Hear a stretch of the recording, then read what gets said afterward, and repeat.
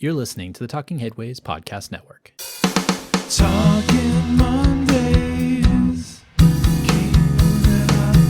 Keep moving on. Talking Mondays. Keep moving on. Keep moving on.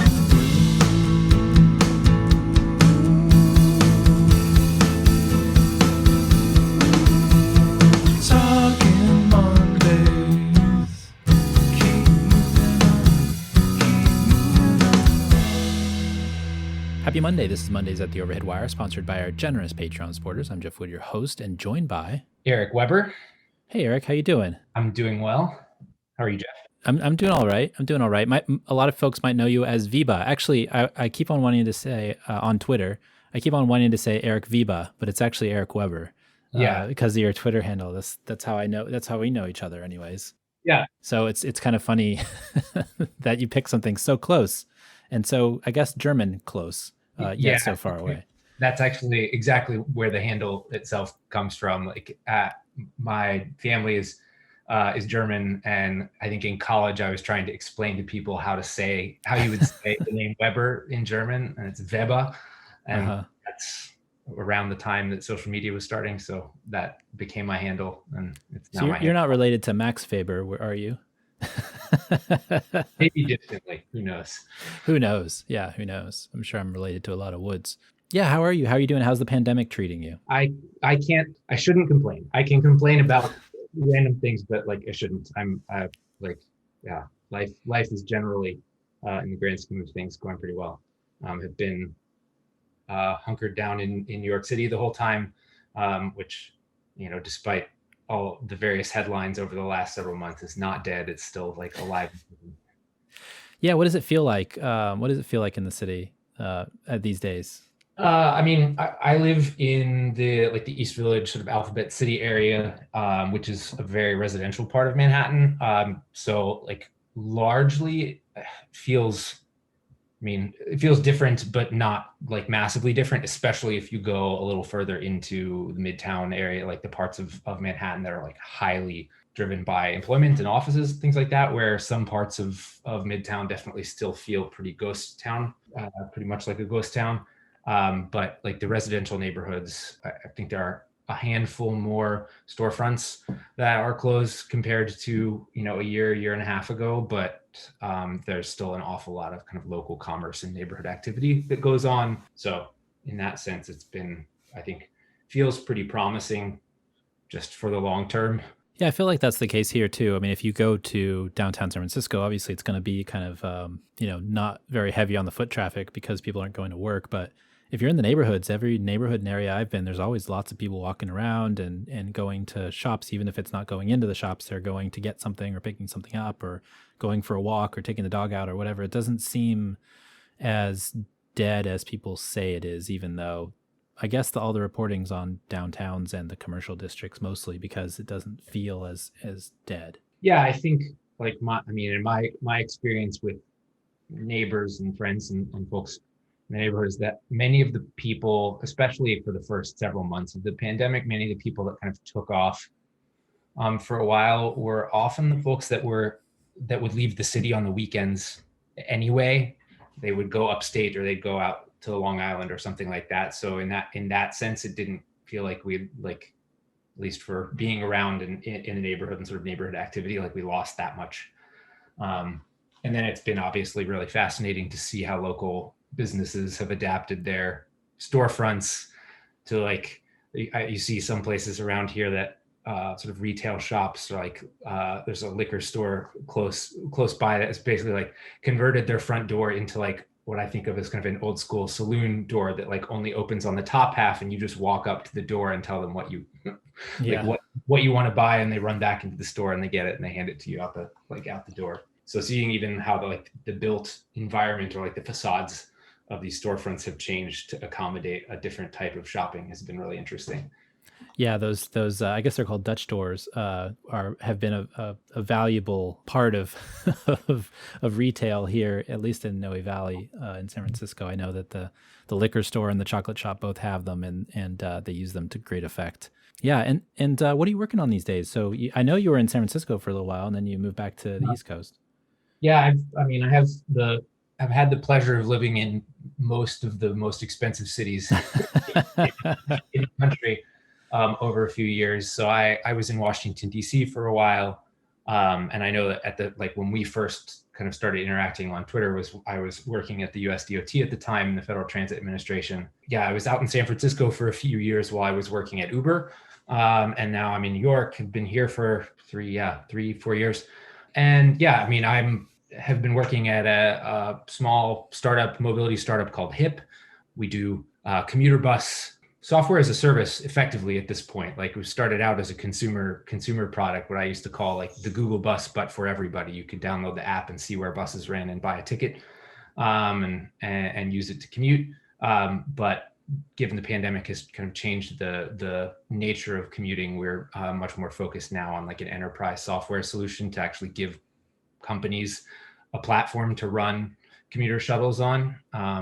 We've actually spoken even with folks at Google that run their commuter programs. Turns out that the commuter shuttle industry is actually probably a decade behind technology-wise compared to like consumer mobility tech. So that's where we've been spending our time for the last several months is building out more of an enterprise platform. But yeah, that's where I have been spending my time in lockdown. Yeah, I hadn't thought about that as much. Obviously, the commercial districts that we talked about just a second ago are pretty hard hit by the pandemic just because people aren't going to work. But then obviously there's a whole aspect of commuter shuttles and networks and stuff, especially here in the Bay Area.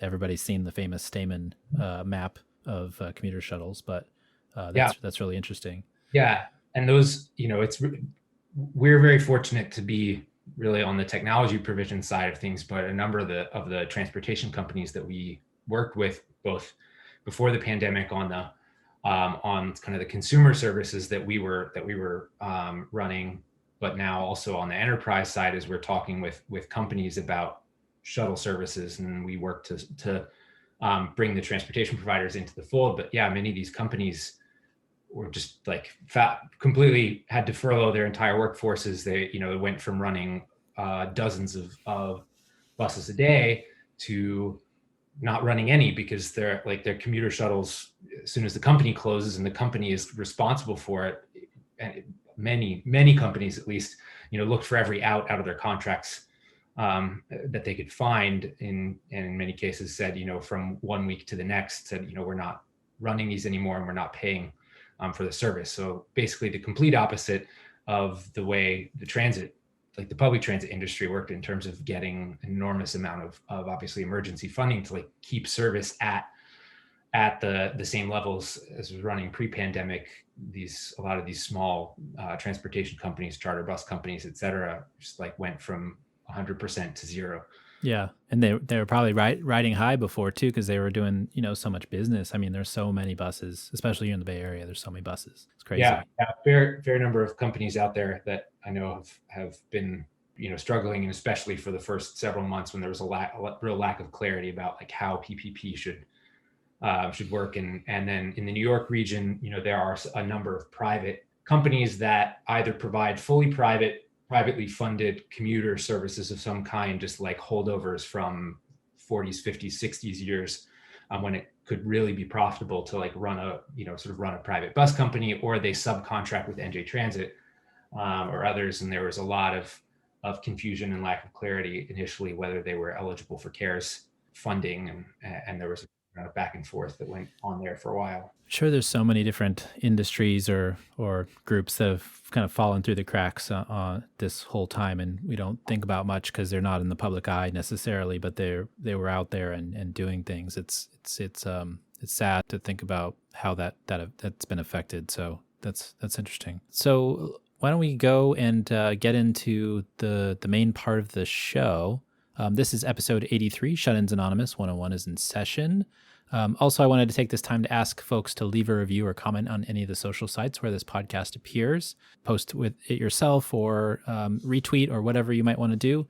I'm going to take all the comments and reviews and put people's names into a hat, and then I'll give out one of my bus-only scarves for free. So I'll send the winner the scarf sometime after this show. after maybe a couple of days or so. We'll let folks respond. Had a couple of responses already, so I know somebody's going to win the scarf. So I'm excited to give that away. Have you seen the bus only scarf? I have not, but I was listening was it last week, and I was thinking, is it? I assume it's like the bus, like it's a bus lane basically as a scarf. Now you just need to make a physically protected bus only lane version, studded on both sides. See if I can do some 3D animations to see what's there. Yeah, no, I've been thinking about doing another one because this one's been really popular and people have really liked it. We've sold a few hundred of them, and it's part of the reward system for being a Patreon on the show and all that stuff. But there's so many more ideas that if anybody has any ideas about scarves they'd like to see, whether it's just one green bike lane or maybe it's bollards or something, maybe it's painted things. I don't know, but some if anybody has an idea of maybe what they might want to see, that'd be cool. Maybe we can design one and have it go out to the patrons again. Probably due for another scarf, a change of scarves. I'm sure that folks know that it's cold out in some parts of the country these days, so it might be useful as well. I also want to let folks know that you can get this show on iHeartRadio, Spotify, Overcast, Stitcher, and of course, Apple Podcasts. Make sure you subscribe so you don't miss an episode. And subscribing means that you get both Mondays at the Overhead Wire and Talking Headways on the same feed. Two fun podcasts, one great channel. Okay, so let's go into the odds and ends. This is the news from this week. The first one I've got this is kind of a long one, so bear with me a bit. This is on federal policy. And I think for folks that might be interested in hearing about items that we might have tweeted about this week that might have caused a bit of a stir, I know that I retweeted a thread on Indianapolis and what's going on there, and also on Ohio. Basically, Ohio's governor said he wants to cut transit funding 90%. And in Indiana, there's a couple of legislators who want to basically get rid of the sales tax measure, or at least not give Indigo their funding that they won in a 60% vote locally, just because of some spite politics. So maybe we'll talk about that in the future episode, but kind of gather some more information, gather some more news, and have more to talk about. But I think that those are things that we should mention before we get to this kind of federal policy stuff, because at the state level, it seems like there's a lot of preemption going on where states and cities are kind of fighting against each other. I know Alan Greenblatt at Governing has written a couple of articles on this, but I don't know. What do you think of this general idea of preemption, Erik? I spent a number of years working at Uber, and it is easily one of the things I struggled the most with while working there, and I think is one of the worst legacies of the ride-hailing industry.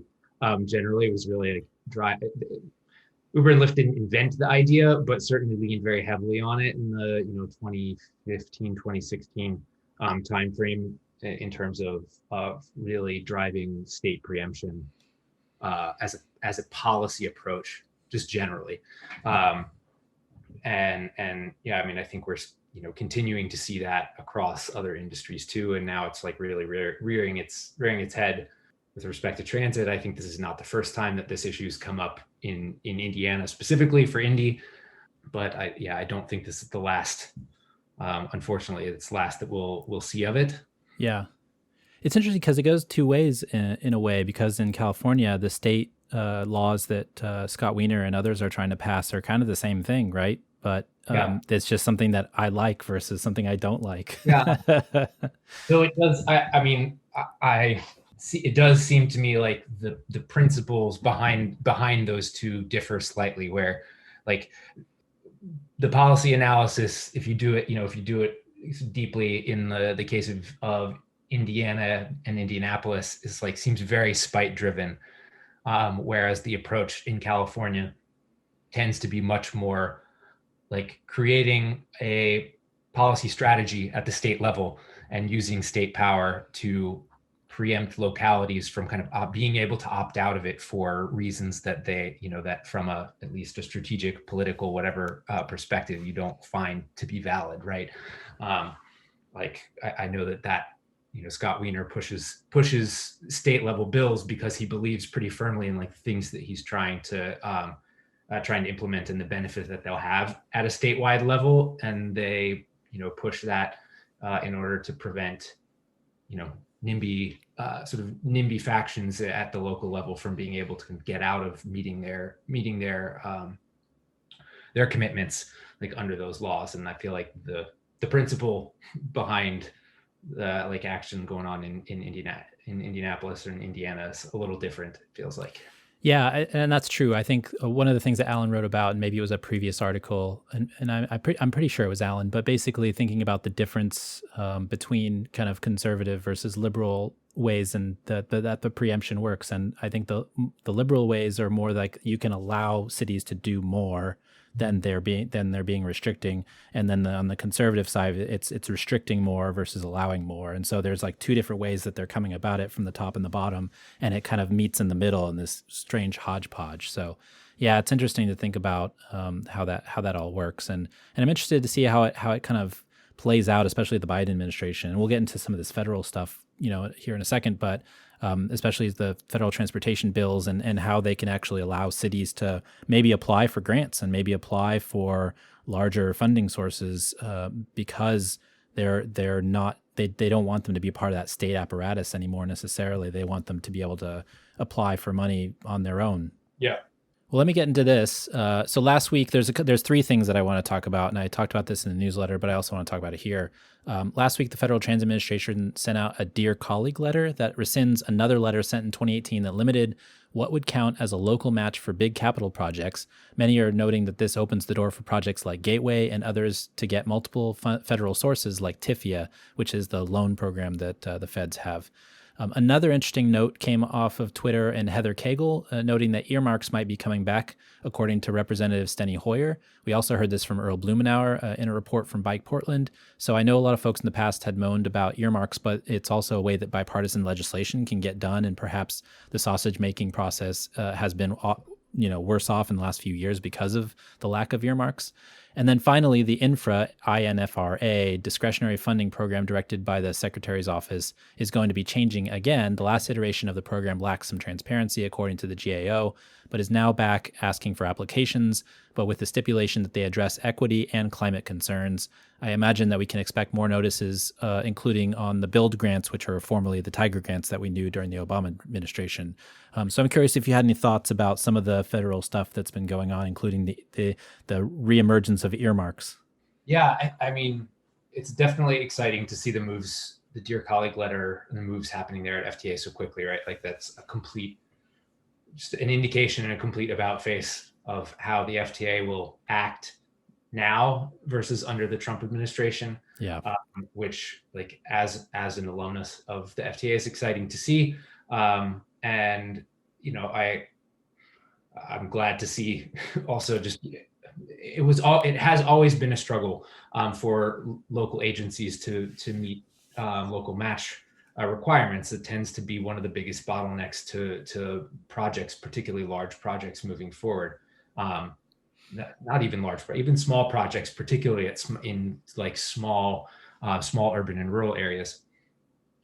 So definitely great to like see the principle reinstated of anything that really where the local entity is on the hook for the money, even if it's some sort of federally backed loan, that will count as a local match. And then as a longtime resident of the general Northeast Corridor area with a short stint out in San Francisco, always glad to see anything that will move the Gateway project forward, since that's obviously so critical here.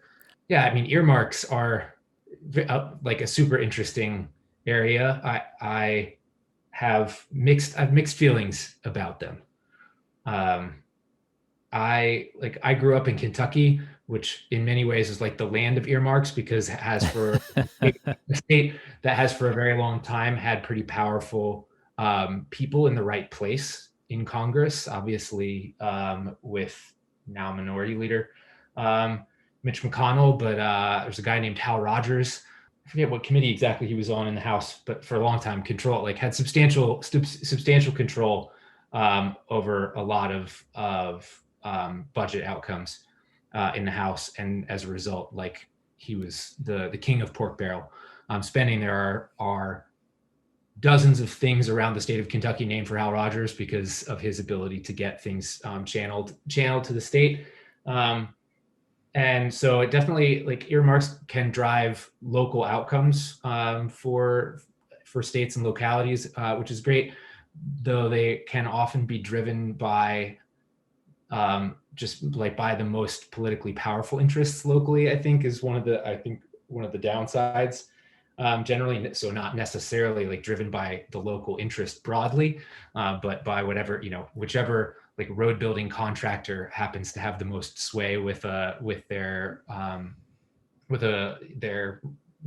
district representative, and can bend their ear and say like, hey, can you help us get some project funded? Yeah, on the flip side, if spending a little bit of money in the grand scheme of the federal budget on earmarks that are mediocre in terms of project quality is what helps move bigger policy initiatives forward to like really reform the transportation funding mechanisms, or reform other things that we know desperately need work, then that may be money, like money well spent in the grand scheme. Yeah, I agree with that. I think it's interesting because of the fact that you can still get, like you said, crappy projects even through earmarks because of the political interests involved. And I think that's part of the problem with earmarks in the past, is that you had these, most of the time earmarks were, it was a funding it was a way to get like a project that you probably would have perhaps gotten anyway. I mean, the T3 project here in San Francisco was a project that was probably going to go forward anyways, but Nancy Pelosi got extra money for it. Kay Bailey Hutchison, I think, famously got in Texas, money back for the Houston Light Rail line because they built it on their own because of the blockage of that hammer, Tom DeLay.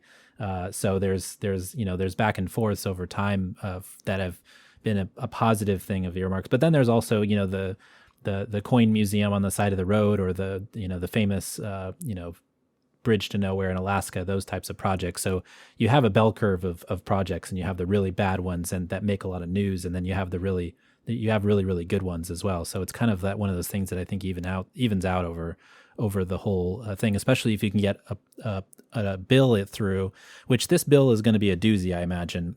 Yeah. And today, there was actually the New York Post, Schumer was talking about how maybe that Brooklyn will even get a new subway line because they're going to have such a big multi-trillion-dollar infrastructure bill. Now, I want more subways and more system, expansion as much as the next guy. But at the same time, I want it to be done in a way that's like factually, you put down the data, you get the data, and you know where the need is the most, and you have all these, you have the equity concerns, you have the environmental concerns. I don't just want a subway built because, a subway is fun. Yeah, and because the person that has some of the biggest control, like over the current circumstances in Congress, happens to be from somewhere specifically, and I think that's is exactly right there. Like there was even one of the replies into the Twitter thread that you shared about earmarks potentially coming back, pointed out that like the downside of earmarks is that they're piecemeal policy making in a lot of ways, right? It means that each individual like congressional district or like congressional caucus for I take for example like the Louisville, like Kentucky area, where you've got a couple people on the Kentucky side, a couple people on the Indiana side, they all get together and they say like, let's fund this thing. Like they make a small amount of policy and funding decisions for like their region, but it's federal funding, and so what you end up with is this huge piecemeal like patchwork of approaches, right? And it just drives further underscores the lack of an overarching strategy from a federal funding and implementation perspective for the country. Yeah. But to your point earlier, to the extent that small earmarks generally can help bigger policy initiatives move forward because you get a broader coalition on board, then that it may be positive. And on the flip side, we moved away from earmarks and we got programs like like Tiger and Infra and the like.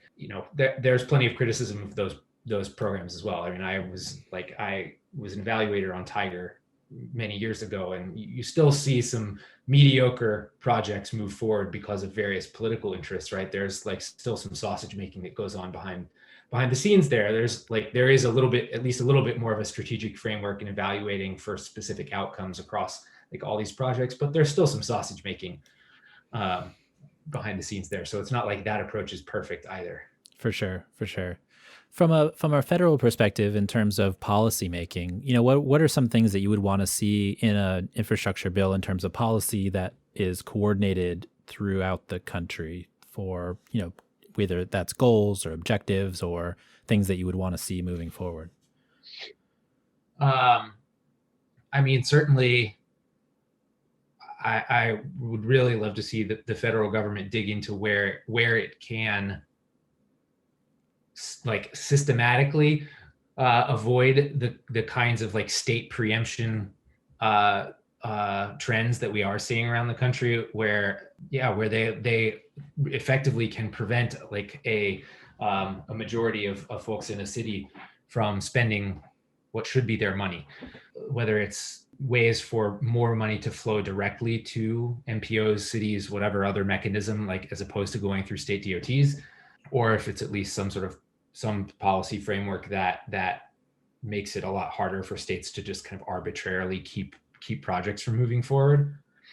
I mean, I think that there's a lot to be done at the federal level around new technology in the transportation world, where it's been silent for the last several years, particularly around autonomous vehicles. Obviously, like a patchwork of regulatory environments for autonomous is going to be a total nightmare in 10 years, let's call it.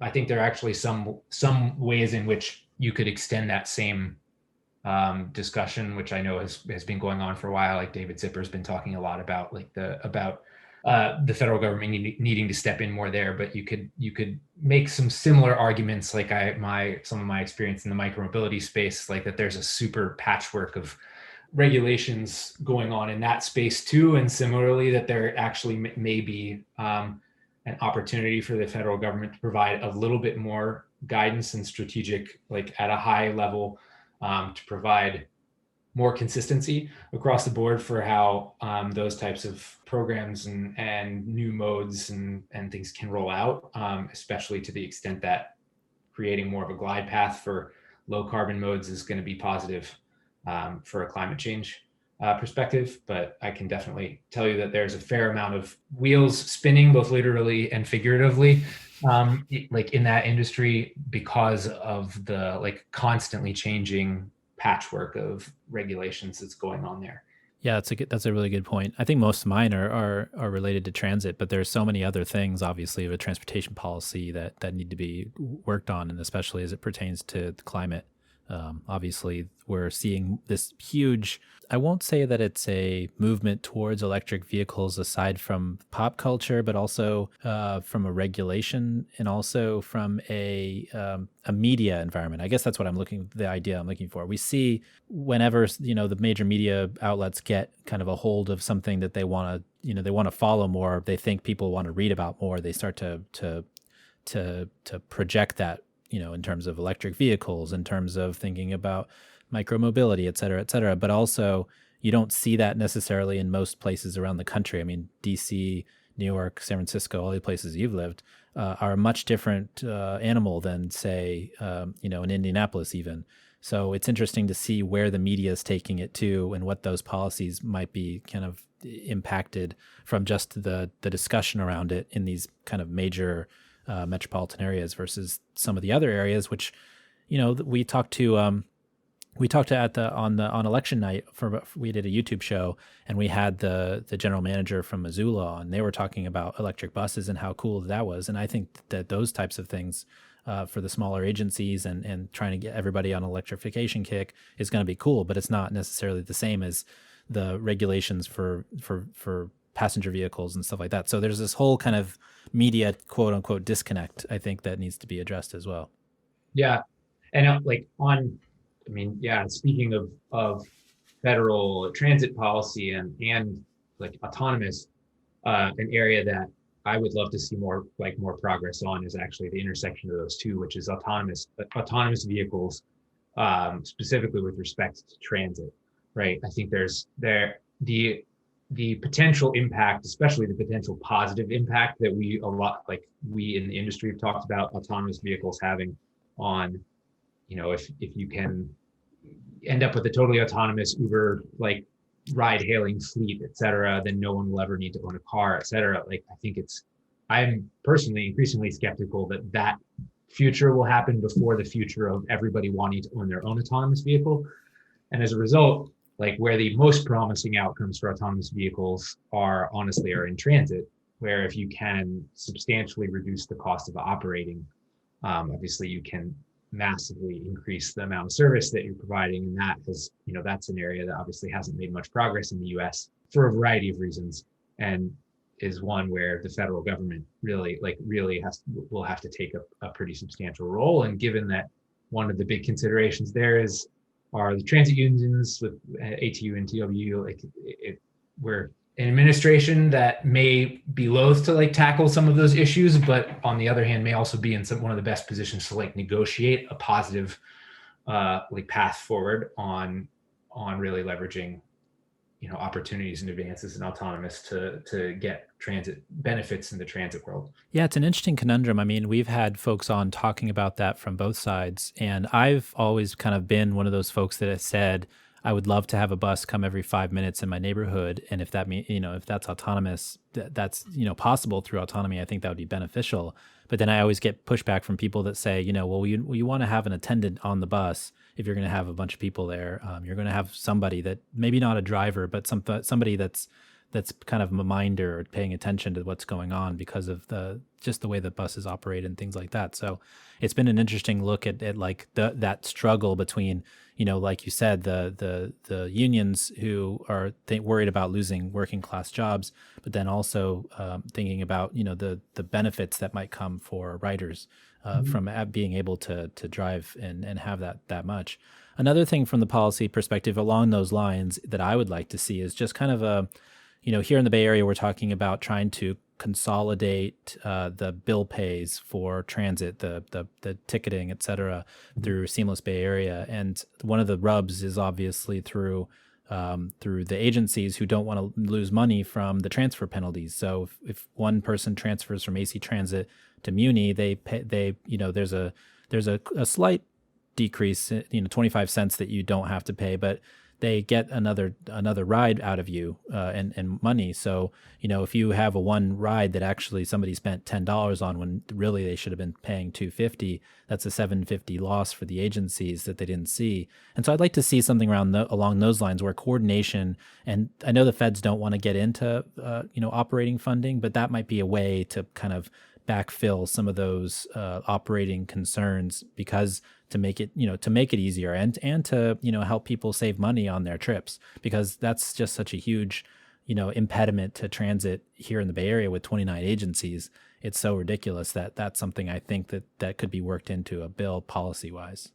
Yeah, it's definitely an interesting point. If any actor in this, in the environment, is in a position to push the envelope, if you will, on regional coordination, things like that, it's going to be the federal government. But you see that across all of the mega regions, whether it's sort of NPOs that have to try and coordinate across a variety of agencies, or whether it's the really fractured transit agencies. And we see it certainly in New York. It would be nice if you were a person living in Hoboken or Jersey City, not to have to effectively go all the way up to the all the way up to the street level and then back down another set of stairs to change from the path onto the 6th Avenue subway once you get into Manhattan to get the last way to your job. It's it's kind of like switching from BART to Muni there. Yeah, I think it'd be beneficial for a lot of agencies. I mean, some are lucky like MBTA and SEPTA, but then others, they have so many different agencies you have to cross over. There might be some sort of benefit there.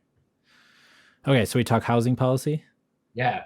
All right. So last week in an article for the Sightline Institute, Alan During wrote a piece about how the problem with housing policy in the United States is that it's not about housing, it's about real estate.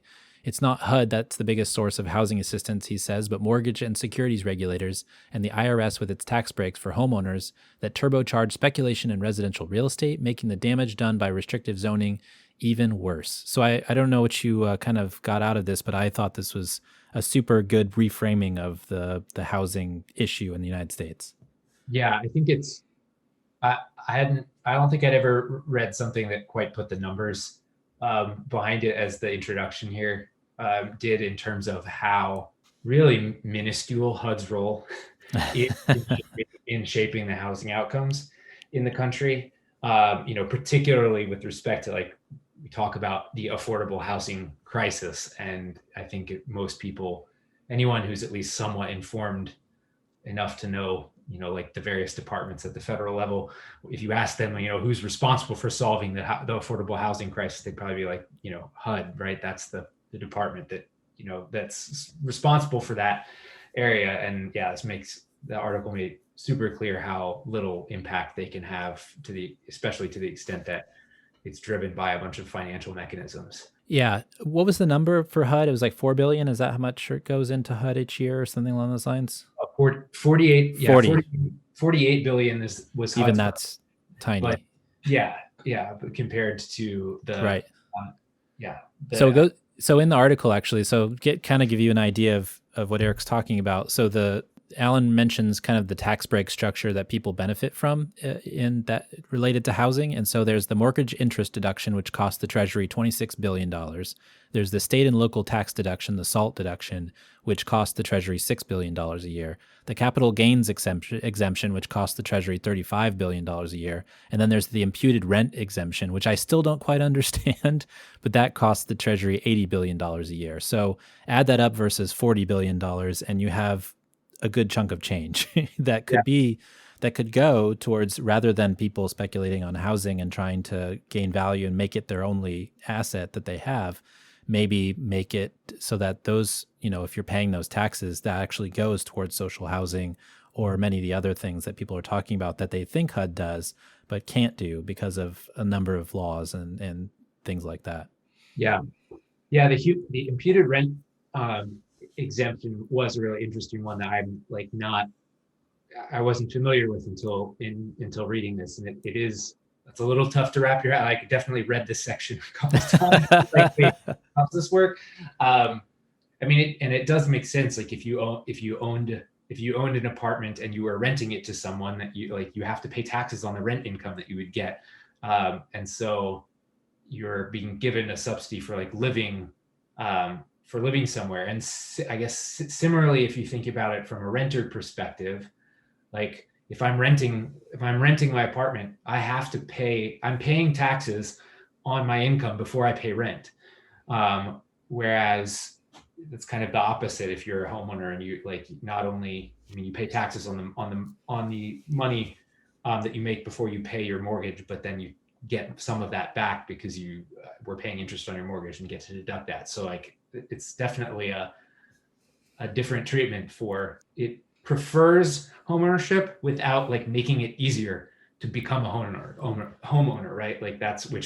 That is what underscores to me the total disconnect. Right. Yeah, I was doing the math last night. We were watching I watch a fair amount of HGTV and some of those, home improvement shows and stuff. So I think last night was Hometown or something like that. And they were they were selling a house in Mississippi for, they bought it for $100,000 and then put $85,000 into it as a renovation. And then it's almost $200,000. And then I'm thinking about, ever since I moved to San Francisco, how much I've paid in rent. And I think it's about $200,000 now total from 2006 to the present. So, those things add up, and they definitely kind of, if you're living in a city like San Francisco where you can't buy, you don't have the money to buy a $500,000 to $1 million to $2 million house, you kind of get the negative end of the stick on that, because you're not building equity, you're building somebody else's equity, but then you're not getting a tax break and you're not getting anything else. You're just kind of there. Yeah. The thing that was interesting reading this, though, where I am of two minds is definitely on SALT deductions and whether there's a positive or negative outcome in allowing that, because I know you see with a lot of, particularly with big cities, expensive cities, like you spend a lot of money on state and local taxes, on property taxes, but also on state income taxes, et cetera. And so Yeah. if you don't allow the deduction, and we saw this in spades after the tax reform under the Trump administration, if you don't allow all of those taxes to be deducted, that has an like outsized impact on people living in those like expensive localities. And like my personal experience, and I think policy generally underscores this, is like the places that have relatively low state and local income taxes are in part because it's being subsidized by something else. And certainly for like Sunbelt states, is being partly subsidized by the fact that they have a net gain of federal tax dollars generally through all the other programs, especially our infrastructure programs and things that help them, pave their new roads and build their new their new subdivisions and their water and their electrical infrastructure, et cetera, while the older cities are left kind of figuring out how to maintain or rebuild their old infrastructure that isn't eligible for the same money. So yeah, I think it's interesting because it's definitely true in the sense that you being able to deduct your like high property taxes, sort of further subsidizes the people that can afford to live in those expensive places. But there are trade-offs there too. Yeah. And it's interesting to see the difference between states too. I mean, we've had this kind of juxtaposition this week, last week anyways, about California, Texas, and, what's going to happen, if people are going to move between the two, et cetera, et cetera. That's neither here nor there necessarily, but you have California with an income tax and a property tax. But in Texas, you only have a property tax. You have no income tax, but the property tax is much higher. And so you're paying more for property each year. If you buy a $1 million house, you're paying percentage more in property taxes, but then you're also, not paying any income taxes. So it's like really interesting kind of see how the two, deal with that same thing. And also and you were talking about kind of the older cities that are having to rebuild and rethink, what they're doing while the Sunbelt states grow. I think that eventually that bill will come due for the Sunbelt states. And so it's kind of almost a ticking fiscal time bomb for these sprawling areas. And we'll see what happens. And it's, one of the other things in this article was talking about bailouts from the savings and loan crisis from the 2009, Great Recession, et cetera. That we've done a number of things to kind of bail people out when the things got rough. And it's possible that's going to be even bigger in the future with some of these other kind of sprawling developments and new things that it's new now, but it won't be new in the future. Yeah. Yeah. And especially, it may be an accelerating, like ticking time bomb to the extent that in the short term, they're attracting many more people because things are so expensive. But at some point, things are so expensive where people are coming from and comparatively less expensive than these new places that they're going to, but that may accelerate the rate at which the new infrastructure kind of ages and declines, and all of a sudden they need to find ways to rebuild it. But yeah, I think I'm really interested by the Switzerland, the Switzerland like policy structure that does tax imputed rent, but essentially like makes it effectively the same from a financial perspective to be owning or renting. And so the idea that your like choice of whether to own or rent would truly be like purely a personal one. Like, do you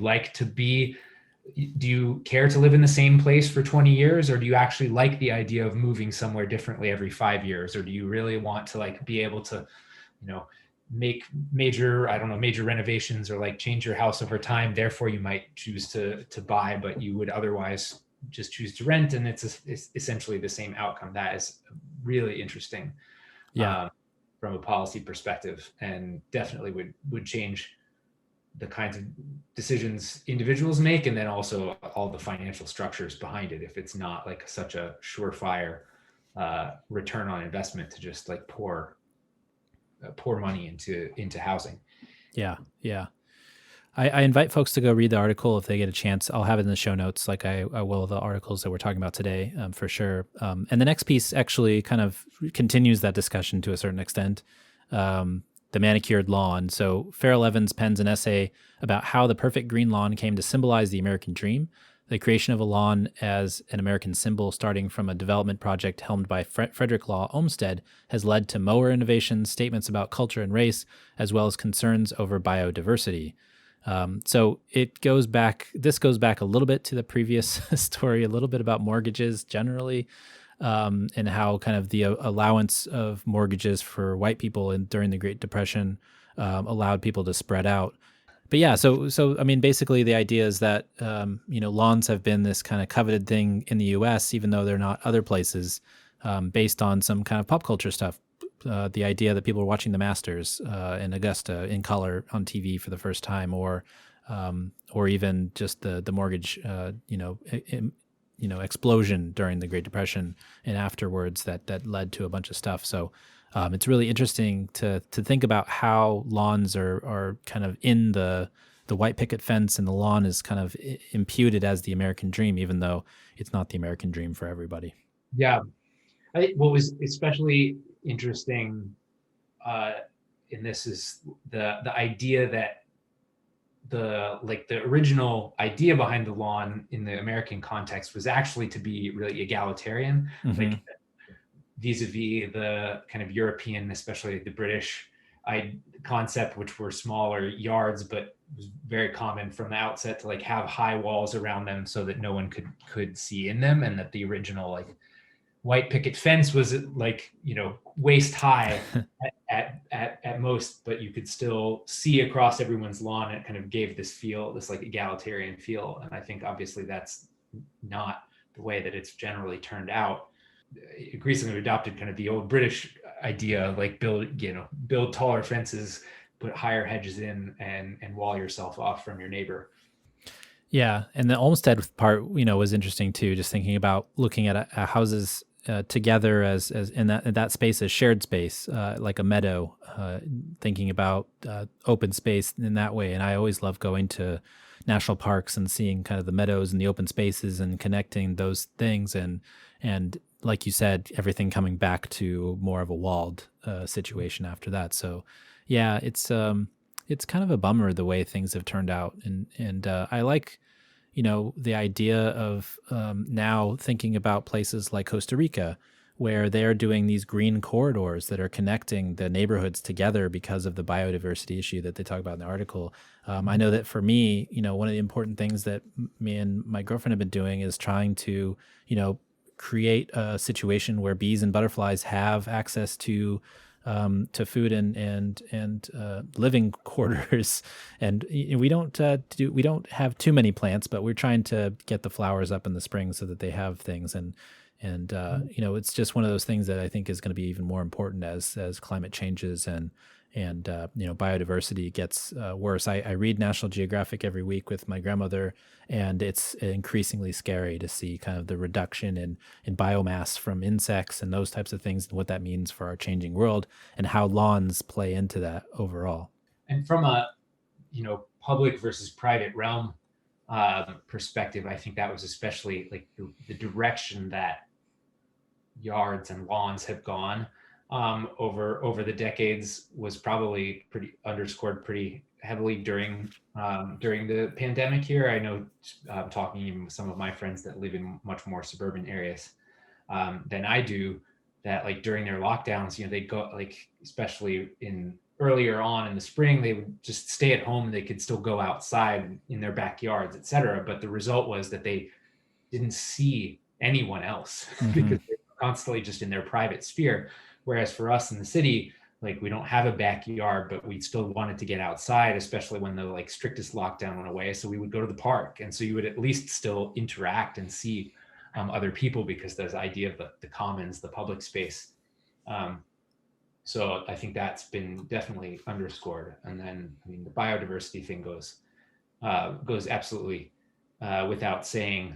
You see it both in terms of what lawns and yards do, but even just in terms of the food chain generally. I'm always the juxtaposition between the farmers market on Sundays in my neighborhood and going to the grocery store on a daily basis, where the farmers market, there are 18 kinds of apples, and at the grocery store there are two.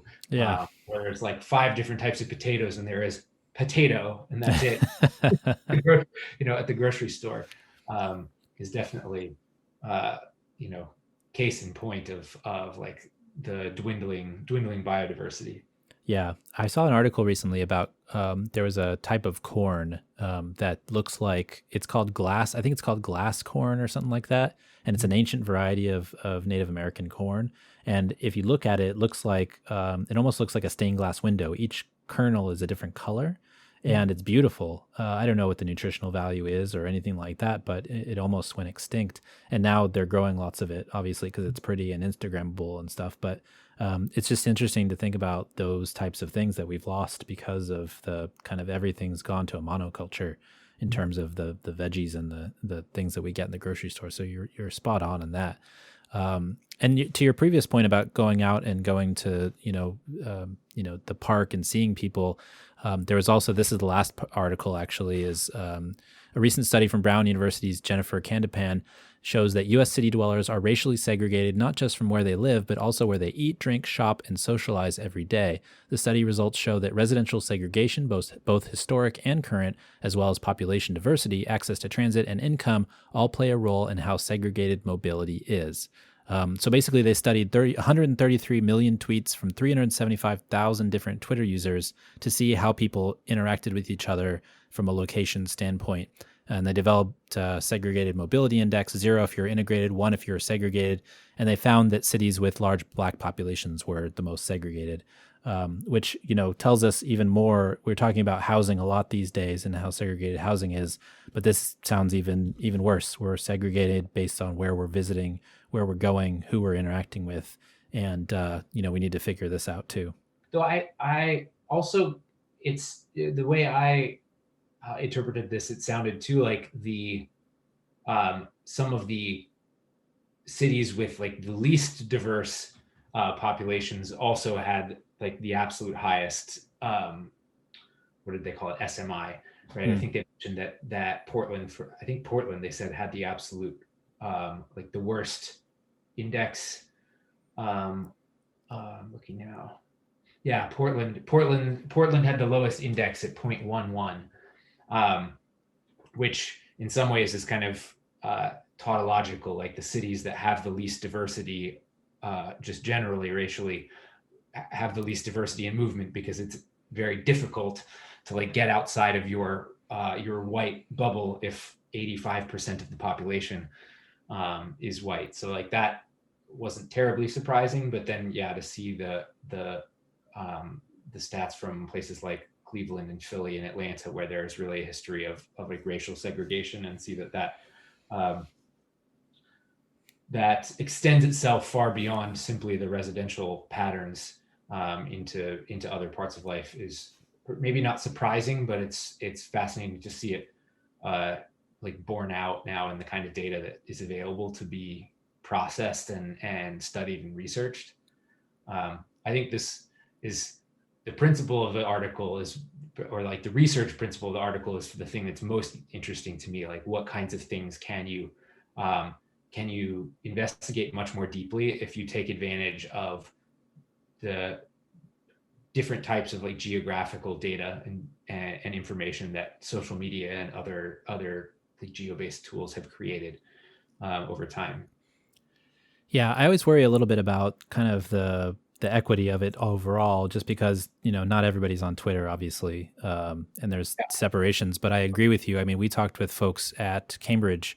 Actually, when I went to England, I went to interview the folks there, talking with the folks at Nokia Labs, and they were using Instagram and Twitter and stuff to see how places in London smelled.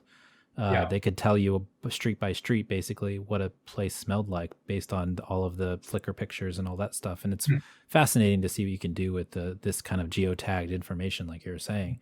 But like I said, I also worry about that kind of equity of it all, and the people that do or don't have phones or do or don't use certain social media services. Yeah, it is interesting. And I think obviously you're always going to have some level of equity consideration with the penetration of phones and smartphones, but I do wonder to what extent, totally anonymized totally anonymized location data that gets aggregated through, cell phone providers, for instance, which is like a big part of the data set that feeds new companies like Streetlight, and Replica and those types of companies. Mm-hmm.